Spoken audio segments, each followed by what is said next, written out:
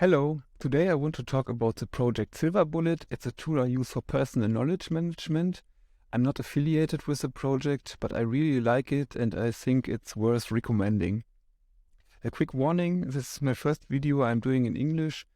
I'm from Germany. I hope it's not too scuffed and you can understand what I'm talking about. The way I want to show SilverBullet today is by just using it and talking about other PKM tools I used before. And so this video will be a little bit longer because I'm trying to show a lot of features and also using the tool by typing and stuff, so you can see how this works. First of all, I want to talk about what is important to me when it comes to personal knowledge management. First of all, that I have full control over my data and that the provider can't see my data. So before I talk about this, you can already see that I'm writing in a browser. It's in a demo environment that is not secure currently, but there are obviously ways with a reverse proxy and other methods to make this access secure and available on the internet from everywhere if you want, or just internally in your own network. And you already see this is written in Markdown, so you can do another heading that is smaller with 3 pound signs, for example, or you can make the font bold with Control B, which would add those characters here to make it bold. You can also do it manually if you wanted. So this is just plain old Markdown, but the cool thing is, in my opinion, that you see the formatting pieces of if you highlight something, the highlighting would be this syntax. Then you highlighted the word full. But if you go out of focus, then you see that this is gone and you have a beautiful view. So what I mean that I have full control over my data and the provider can't see my data, it's just like you have with Google Docs or Office Online or even other knowledge management tools that are software as a service. As soon as you hit a key, it's at the provider. And at the provider, it's usually unencrypted, so everyone there has potentially access, and I don't know in which country the data lies. I'm not writing some secretive stuff. I just don't like the feeling that as soon as I write something and delete something, that all my thought process I'm having while writing is already at the other side and could potentially be analyzed, or I don't know what happens with it. And in the end, a lot of my knowledge base will be there and can also be analyzed and also can be stolen from them if they don't have good security measures. This is why I don't like this.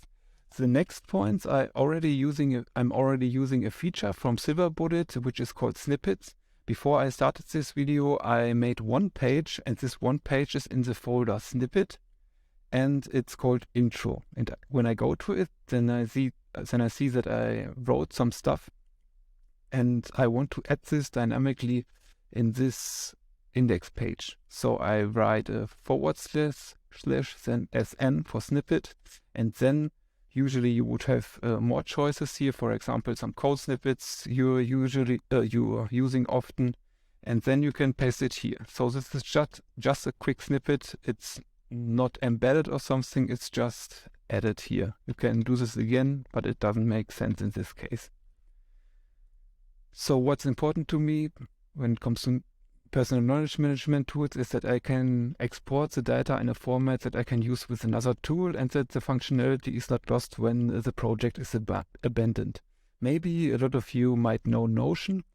For example, if I have a huge Notion database and I make a backup of it, so I have it now locally, for example, as Markdown files, and then Notion stops working the next day, although I have the backup, I have lost a lot of the functionality because all my databases are gone and I can't really recreate the experience I had before. This is important to me that this is still possible.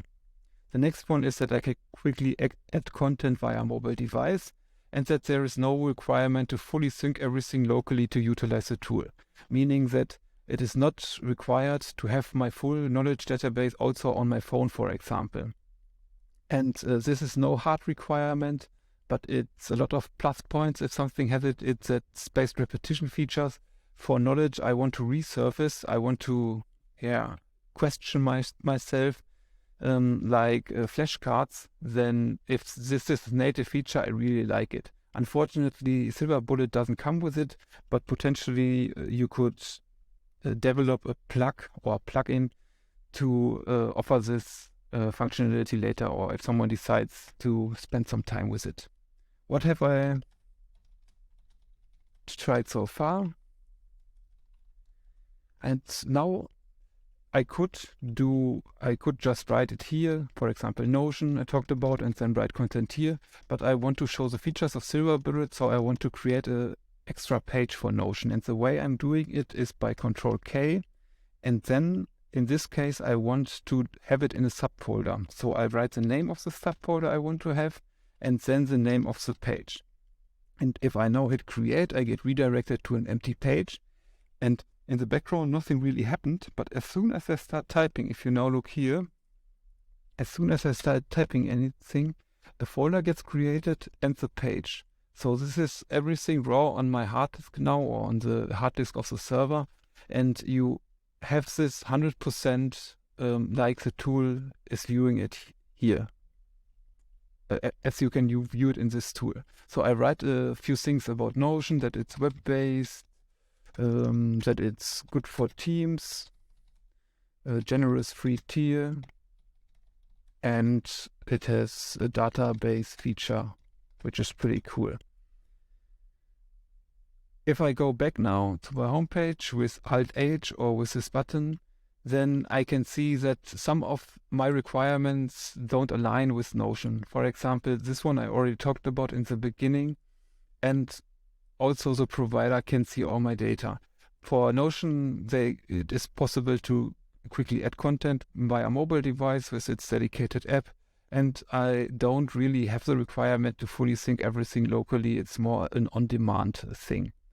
Spaced repetition features can be used with external tools that utilize the API, but it's, in my opinion, not very convenient. So if I now want to link this new page I just created here, I just do those brackets, and I already see a selection of pages. You can imagine later you will have a lot of pages here, so I can start typing so I can see the page I'm looking for.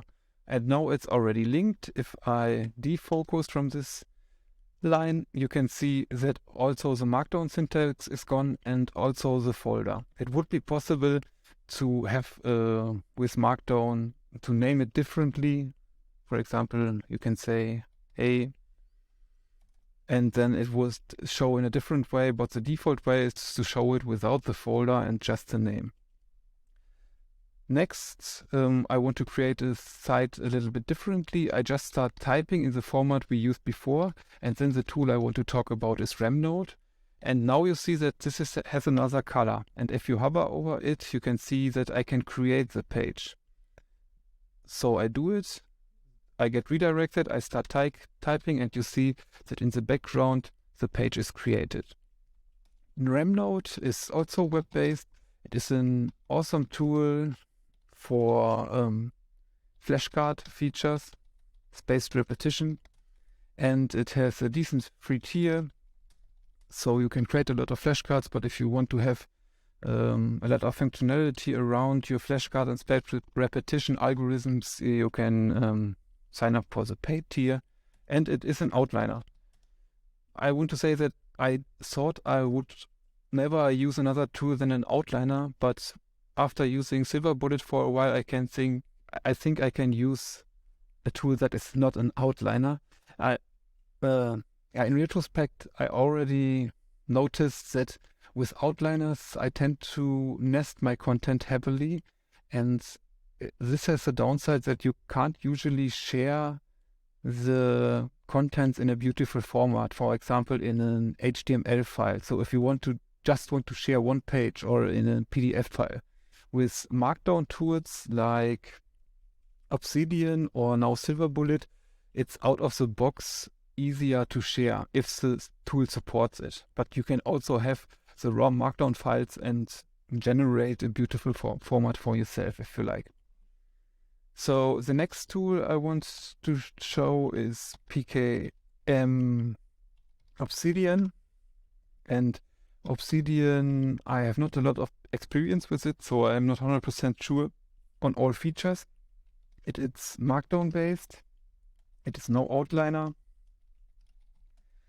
and it has a rich plugin system, and it's also offline first, and you usually have all your data on your device, and they offer a paid sync feature, but it's also possible to sync with other tools. Then I go back and add this here. And now the last one I want to add here would be Logseek, which is currently, I think, is the best knowledge management tool out there, but it doesn't hit all boxes from above. If I click on it here, then I can write something offline first, privacy centric. It has a fast growing plugin system, but it also has some disadvantages. For example, in my opinion, it has a very unintuitive query system. Everyone who already used advanced queries with Logseek might notice, but I think those queries are very advanced and you almost have to be a programmer to really utilize them. And this one I don't like, because I think for a personal knowledge management tool it's very important that you can resurface content and that you can dynamically embed or show other content within one page. And if it's very difficult to do this, then yeah, what's the point? They already having efforts to facilitate this, but currently it's not in the tool. But all in all, it's, in my opinion, currently the best knowledge management tool that's out there. But it doesn't hit some of the boxes, for example, that I currently can't quickly add content via mobile. This means if I have Logseek on my mobile phone and on my desktop, and I start writing on my desktop, add a few screenshots and maybe even a PDF file or a small video, and then I decide to go outside and start the Logseek app, it first has to sync everything, download the files, and make the database in a state I can start writing. And even if I don't add media files, it already takes 10, 20, 30 seconds, so I can really use the tool. And then after you've written something, you also have to wait until it syncs again. So it doesn't feel snappy, and I think it's not really convenient to use it on mobile and on desktop. If you only use it on desktop, it's pretty cool. So my thoughts after using this was, okay, I kind of have to use Logseek because there is no alternative. I looked for open source wiki solutions, but almost all of them I tried, it's very cumbersome. For example, if I wanted to link this text, I usually have to mark this with my mouse, then I have to go to a link button, then I have to do a search that is not very good for a site that I've already written. So if you're used to tools like Obsidian or Logseek, then an open source wiki solution doesn't feel good usually, at least not for me. And then I stumbled upon SilverBullet, which seems to be really perfect for me. I was really happy when I discovered it. So I want to show you a few features. I'm already doing it now. But let's say we now want to add some metadata to those pages. We want to dynamically query them later. So this is why we want to add metadata. And the way we do it is by adding front meta. We can do this with the / command.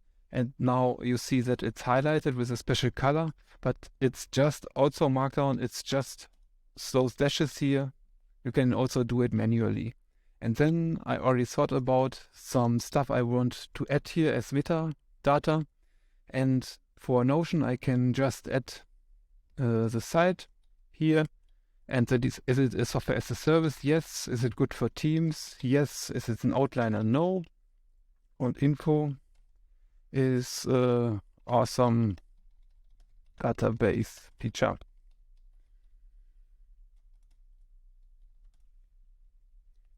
Then I copy it and use it for the next site.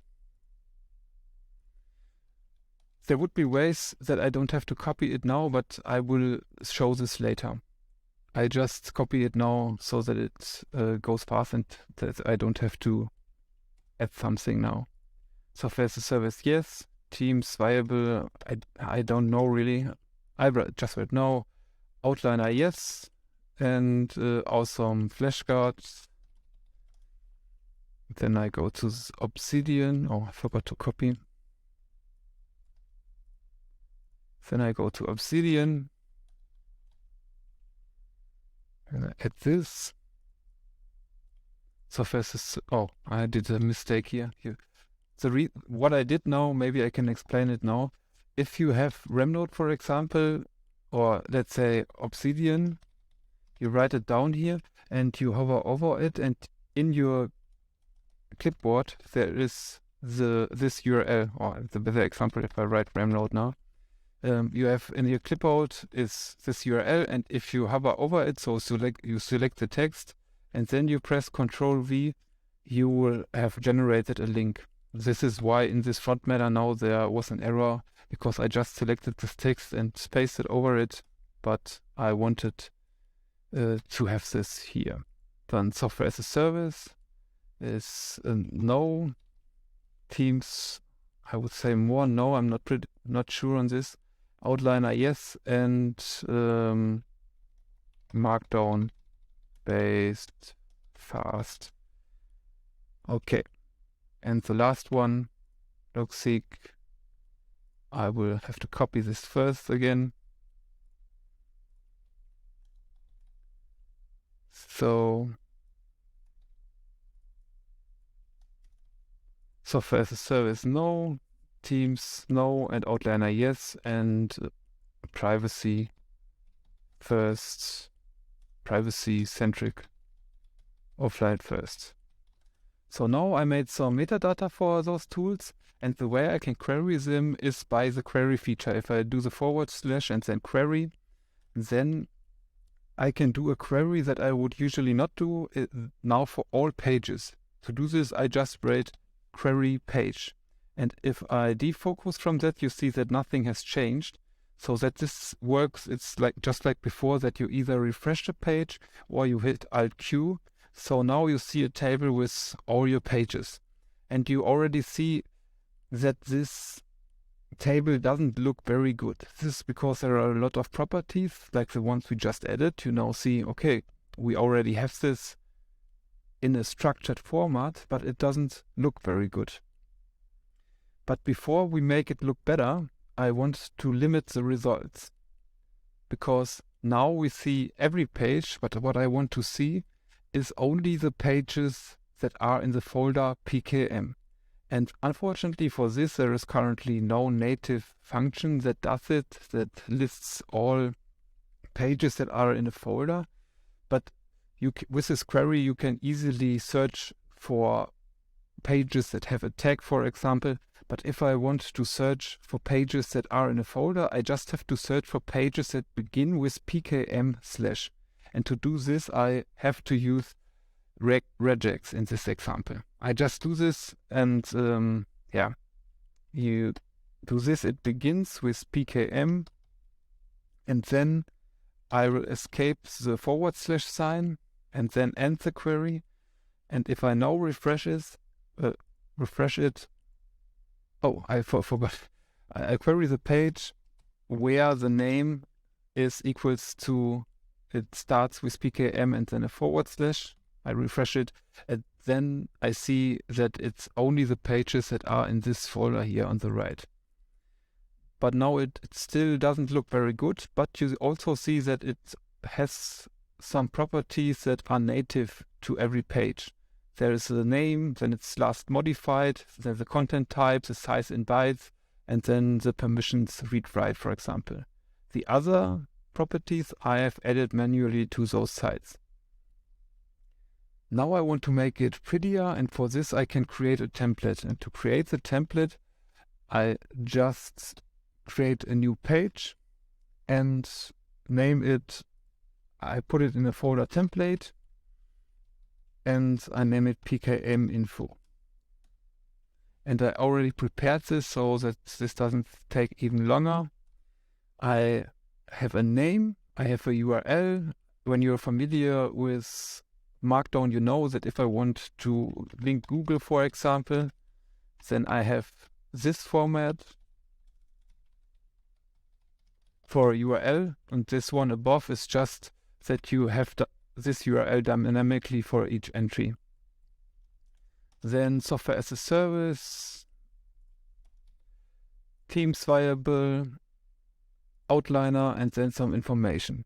Then I go back, and the way I make this query use the template now is by typing render and then the new page template PKM info. I refresh the whole thing, and now you see, I think, okay, it's pretty verbose, but I decided to be verbose. I could have also used it that everything is on the same line, for example, if the information isn't that long. But now you can see that I have a better format, and if I decide, okay, I want to have more white space between here, for example, I go back to the template and do a return here, go back, and you see that it's refreshed and now has a white space at this part. Just like before, if I change anything in here, it won't have an effect when I reload the page. It's still the thing I queried. So it's also possible to order this. If I write here order by and then name and then refresh it, then you see then it's ordered alphabetically, and I can also order it by name descending, then it's in the reverse order. So this is pretty dynamically possible, and you can also explicitly say that it should be ascending. The next thing I want to show is that it's possible to use snippets, and snippets, I already showed this, but this has a special feature. If I add a new feature for snippet and then, for example, Python, it's possible to, for example, do code highlighting in Python.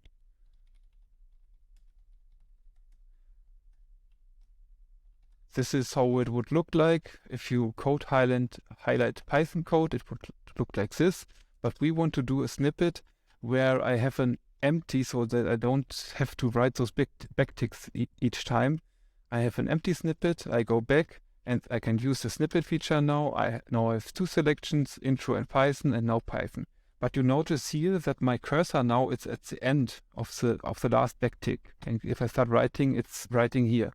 And it has a the snippet feature has a very cool option that if you go back to the page, you can add special sign here, and then you can use a feature again, snippet, and then use Python, and you see that you can start writing at this directly here. This is very cool because you don't leave your keyboard for writing. You just hit forward the snippet, return, then write Python, return, start typing.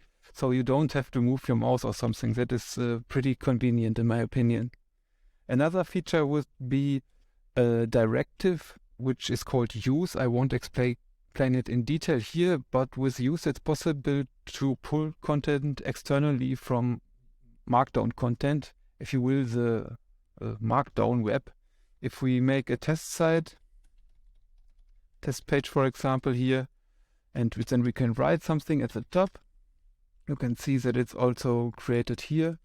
And now we do /use, and I don't want to explain this part here. You can look this up in the documentation, but I want to show that you can pull content from externally. If you go to the documentation, By the way, this is a SilverBullet instance too, which is pretty cool, I think. This is the official documentation. And you go to a feature that I won't talk about in detail today because it would take another hour to do this. You can see that this is a feature, and in the background, of course, it's also written in Markdown.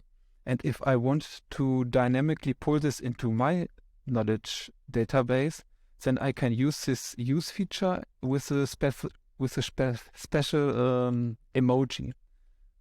So this emoji for the cloud, and then I use this URL scheme for SilverBullet instance, and then I can refresh a page, and it gets pulled dynamically. And this is not only limited to other SilverBullet instances. For example, if you go to any GitHub page, they usually have a README file which is in Markdown format, so you can see it here.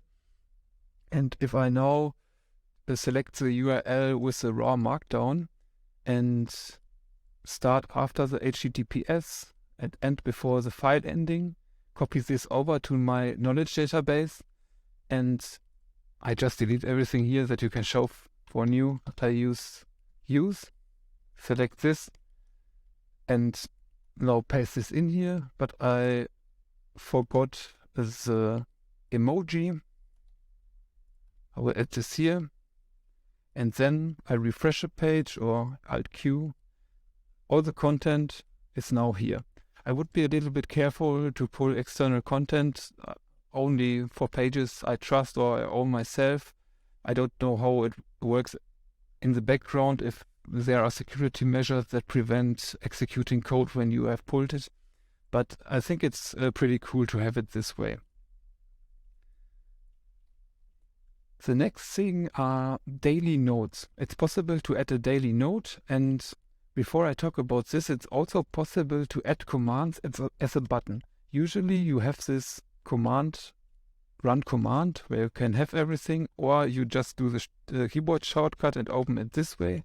But if you have something you are using a lot, or especially that you are using when you just visit the page and you still have your focus or your hand on your mouse, then you can do a command like open daily note. Now I have a button here that says open daily note. It would be possible to go to this via run command, but now it's a little bit faster and I can add my daily note here. What I can also do is a template for a daily note, which makes sense in a lot of times. For this you have to use the template feature, and this has to be in a special folder in template, page, and then in daily note. Now I write tasks, for example, thoughts, and something. And I go back, and then I open my daily note, and you see that this is already pre-filled. Before I start talking about how you can utilize this or write down tasks in the daily note, I want to show you that I just made a page template. And this page template, instead of what I did in the beginning, maybe you remember that I copied this manually. If I now want to create a new page for PKM, another tool I want to add, it's possible to do a template for this, of course, too. So for this, I would do a new page, template, page, and then I just do PKM, for example. Maybe you can be more creative. Then you leave those fields empty, of course. And you could also have some content here, resources, or something, some headings or something that you can add here. Then you can back. I can delete this now, that it looks better. We already have this query here. Now I can use a command which is called instantiate page. I could either do it so, I search for instantiate page, or if I want to have a quick button, I can also use instantiate page here, which is pretty convenient. I press this, and I currently only have two page templates. It's PKM and daily note. And it would also be possible with a special syntax to also already pre-fill the folder you want to have it in. If you say every PKM goes always in this folder, then it would be possible to also pre-fill this part of the page with a special syntax. You can look this up in the documentation. So now I want to add a new tool. I add this, and you can see that this got also filled already, and then I can add the information for the tool. Yes, and new shiny. And if I now go back to my page, you can see that this got added automatically to my list, which is also pretty cool, I think.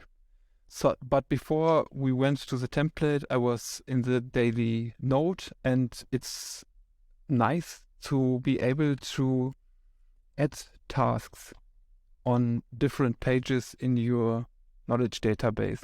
And to do this, you do the / again and do tasks, and the syntax for a task, you can also do it manually. It's a star and here the brackets, and you just start typing the task. For example, you get a call that Harry has a birthday, and you say you want to buy Harry a birthday present, and you tag this as important, and then you always also have Harry birthday. And you want to remember this, and this is also important. So on this one, we already have a functioning tasks, but we want to add a date. And we just do this by writing the calendar emoji and then the date. For example, beginning from next month until this date, I want to buy the present for Harry. And you see, after I wrote the last number here, you see that this got highlighted, and SilverBullet now knows internally that there is a date in this task.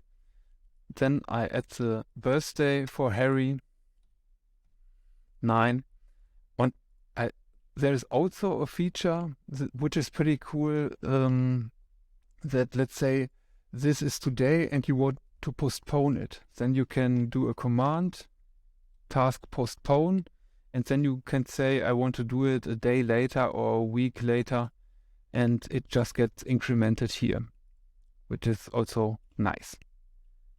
So I now have 2 tasks, but obviously it's also possible to add task without the date and with another tag, for example, buy coffee, then food or grocery, something you want to add here. And then this is your daily page, and you can query all this information from different sources on one central page.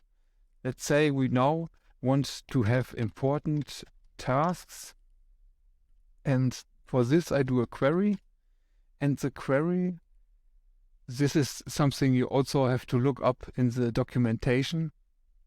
We query tasks where done equals false. So we only want to see tasks that are not done, and where the text is important, and now where the deadline is bigger than today. So everyone who is familiar with SQL language might find this easy, but if you're not used to it, this might be difficult in the beginning. So I already did a fairly complex query, not really, but I changed a few conditions so that it looks a little bit better for demonstration purposes. And now I queried this, and if I refresh it, I can see the tasks I did already. Not in a beautiful format, this is a standard format, so I want to do a template. This template I just stole from the documentation. I don't want to explain it too much now. I just added this template for the tasks.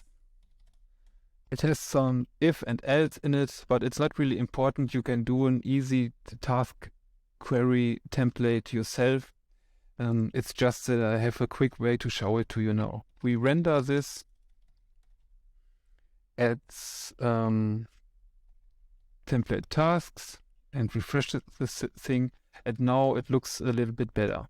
You can, in the background, you have the possibility to change the width of the page with CSS, or you can make the font smaller. If you now say you don't like that it's goes to the next line here, you can change this, of course. Okay, and now we can also verify if this really works. If we go to the page and say, okay, this is already done, then it doesn't show up here anymore. And even if we changed this to an earlier date, then this would also not show up. And if we want to query the food items, it would also be possible where you say where task is done false and where the tag is food. And we don't have to do the deadline part because this one doesn't have a date in it. But you can imagine that this might be pretty cool because you can capture your thoughts when you have them. For example, if you think of buying coffee or buying something else, you can just write it in your daily note in this format. Maybe you also have already have a template that has this that has one of those entries written here, but you can centrally query those items so you have grocery list which is built from different pages, which is pretty cool. So the next feature I want to show is eval. This just evaluates a JavaScript expression. Currently it's nothing really special. I think if you want to multiply two numbers, it's possible. If I hit Alt Q now, it gets a result for that. Maybe there is more functionality in the future, but as far as I've read it, it's also possible to access functions for plugs or for plugins, if you will, this way. And then you have something like stats that you can show how many words and how long it takes to read. It shows really quickly at the bottom if you do this. And then you have a very advanced feature, I think, which is Vim. You can use Vim commands here. And so that I don't get lost, I will add the button here and add Vim, the Vim button here, editor toggle Vim mode. And if I hit this, I can utilize all Vim features. For example, if I want to go to the bottom of the page, I can press uppercase G, or to the beginning, two small G's. Or if I go into the text here and I want to go to the next word or to the previous word, I can jump around. Or I can go into visual mode and select content, yank it and paste it somewhere else. So you can work pretty fast this way. And there's also the possibility to add a Vim configuration file, vimrc, which doesn't have all the functionality, obviously. You can have with the command line Vim tool, but it already can do nice stuff. So you can use this, and honestly, I don't know. This is funny. I don't know how to exit it, because if you refresh the page, you're still in Vim mode, and if you try to :QW, it's not a command. So the only way I know to disable it again is via this button. So it's a little bit funny that usually there is a problem exiting or quitting Vim, and now it's also here. The next features are sync. I already talked about it. It's possible to sync with other SilverBullet instances. As you can see in this diagram, it would take way too long to explain this here, and I haven't really tried it myself. And the next thing I haven't really tried myself is collab. It's a feature where you can collaborate on one page with other people. If you would do this without this collab feature, there's a risk of overwriting stuff the other person writes. But this way, it is explained how this works here. You can work on one page with multiple persons. And then probably the most important thing I haven't talked about is plugs. Plugs are plugins, or it extends the functionality of SilverBullet, and there are some core plugs. For example, if you write an emoji, you do the colon and then search for a party, like in this example, and then you have this emoji here. This is, for example, a core plugin that always comes with SilverBullet. But there are also third-party plugins. Some are written by the maintainer, some are written externally. And one is, for example, backlinks, that you can include plugs to show backlinks to the page you're currently on. Or a plug that shows, I think we just saw the mermaid integration. Where was it again? Was it with Sync, I think. Here you can see that's a mermaid diagram that it's generated from this code, and this would be a plug that does this. Back to the plugs, you can see that there are different ones, and it's easy to just load them in your SilverBullet instance with a few commands and with a special page which is called plugs. So I don't want to really end on a negative note here, but I have the feeling that now I showed a lot of the advantages of the tool and why I really like it, but I want to also talk about things I don't really like about it and why you might don't want to use it, or you might want to wait a little bit until those things are fixed.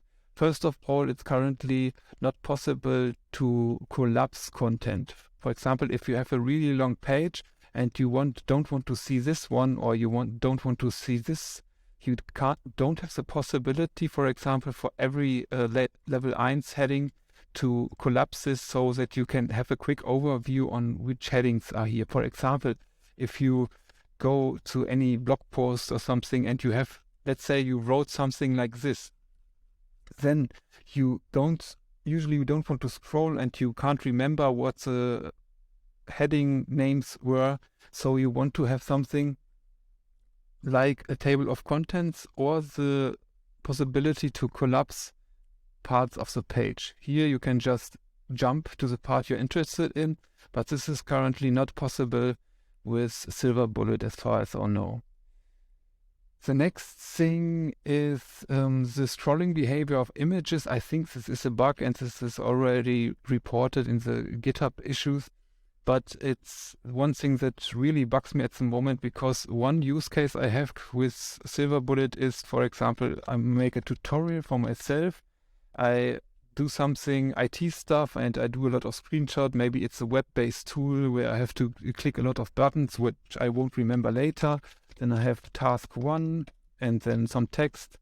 And maybe I do a screenshot then from this. I paste it, and now you see for the first time it's very easy to add a picture in here. And then I have task 2. I do another screenshot.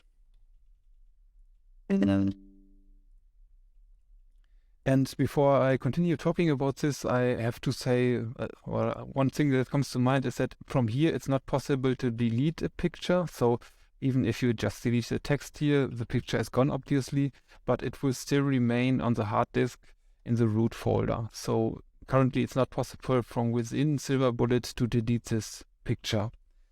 But the thing I wanted to talk about is, let's say we now have a really long tutorial with a lot of tasks. So I copy paste this here. Then I refresh the page. And now I come to the page and I want to see something from the one task at the bottom. When I do this, then you can see maybe that this scrolling behavior is really weird. And if I try to go up, it jumps. And the only way I can go to, let's say here in the middle of the page or at the bottom, I would have to scroll really slow.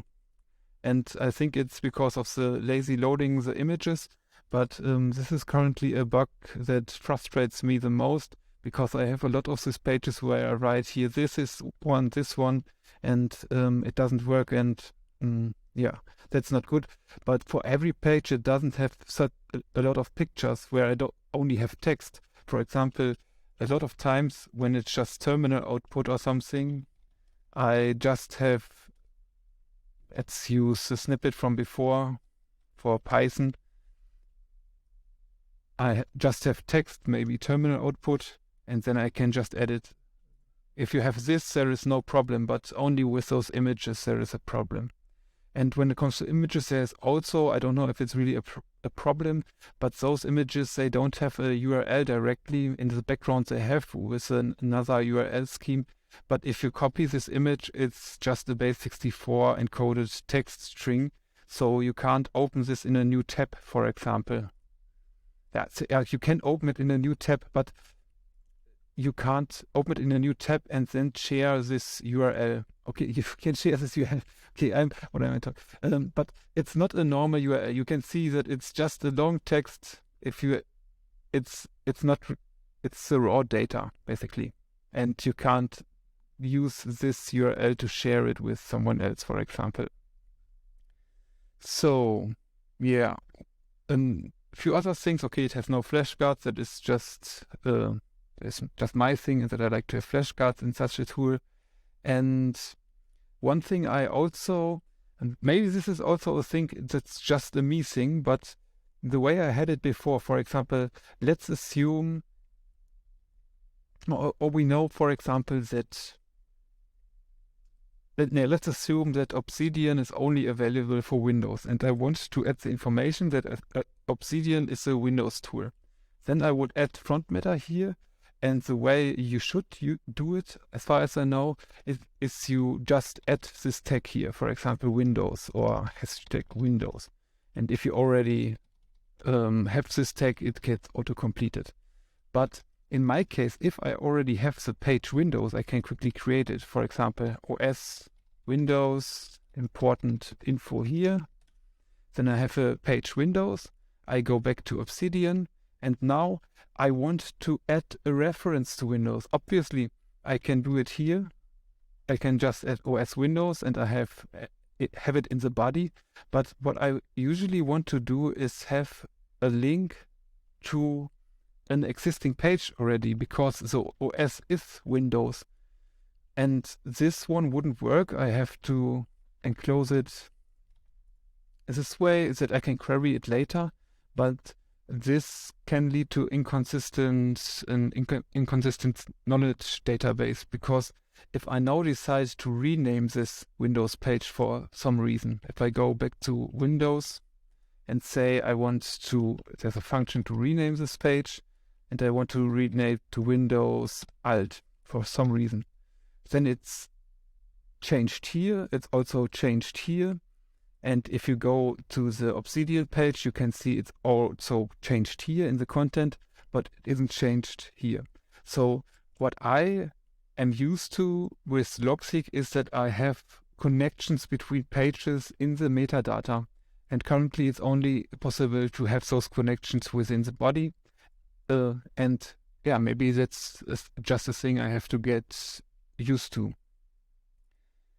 Then that also just me thing, I think. I was used to having a kind of a view of the folder structure, but I think the more I think about it, it might be more clever to just have this clean view and do everything with queries or So I always thought it's nice to have this folder view, so I can quickly glance over it and I can see now I have this PKM folder and there are those sites in it without much detail. It's also possible to build a quick query with a better render, so that you only have a quick overview of the page. But I'm still very used to having this view. That's why I simultaneously use Visual Studio Code on the side. Here in this example, you see that I have every page here also in Visual Studio Code, so I can see the folder structure and have a quick overview and can go to a quick edit. Then the full text search needs improvement, because if we have now this test page here and we write some string and then we try to search parts of a string with the search for functions, then we don't find a result. But if I take the whole thing and search it, I will find it. So because I don't always remember how I named everything and maybe I have spelled it wrong, then it would be cool to be able to only search for parts of the word, which would be possible, for example, with the thing I'm using on the side here. If I just search for this, I would find it in the page. So this is stuff that probably gets improved in the future, and maybe if you are listening to that, you already know how to develop this. If you go in the docs to development and you say, okay, TypeScript, code mirror, preact, and deno, that are words that mean something to me, or I know what this means, then maybe you can help with those features or adding those features. It would be pretty cool. Yeah, so this was a very long overview of SilverBullet. I really liked the tool. I was really happy when I found it, and I love using it every day. There are a few issues I have with it, but all in all, it's so cool that I can... Have I shown it? For example, if I just have a mobile page, then you, for example, you can bookmark your mobile page and you can do quick commands, and then you just open this page, you bookmark this page on your mobile device, and you can enter this, and you can write content, you can search for content, or you can open your daily note, you can create a new page, and everything without having to sync everything. Everything happens on your server, and even the processing for a lot of it, if you search full text and so on, this is also, everything is happening on your server. And the other thing that is more a nerdy thing is that you see here, you have access to every file. That means that you can also do some custom scripting if you wanted. Let's say it would be possible, I don't know, it's a weird idea. You write some string, and then you have a script that searches for changes in the files, and if it sees that there is this string, it triggers an action. Or you can, on the file system, on the operating system, you can say that you want to, every hour, a cron job that you want to that you want to save it with Git. So you want to make a version control, or you want to copy a special part, or you even want to just output some terminal output into a file that you can see it here via mobile, for example, the utilization of your server. I think these are pretty cool possibilities with this tool, because you have access to all the data. So I hope this was still interesting, although my language isn't the best for showing it, but I hope you liked it, and yeah, that was it. Bye.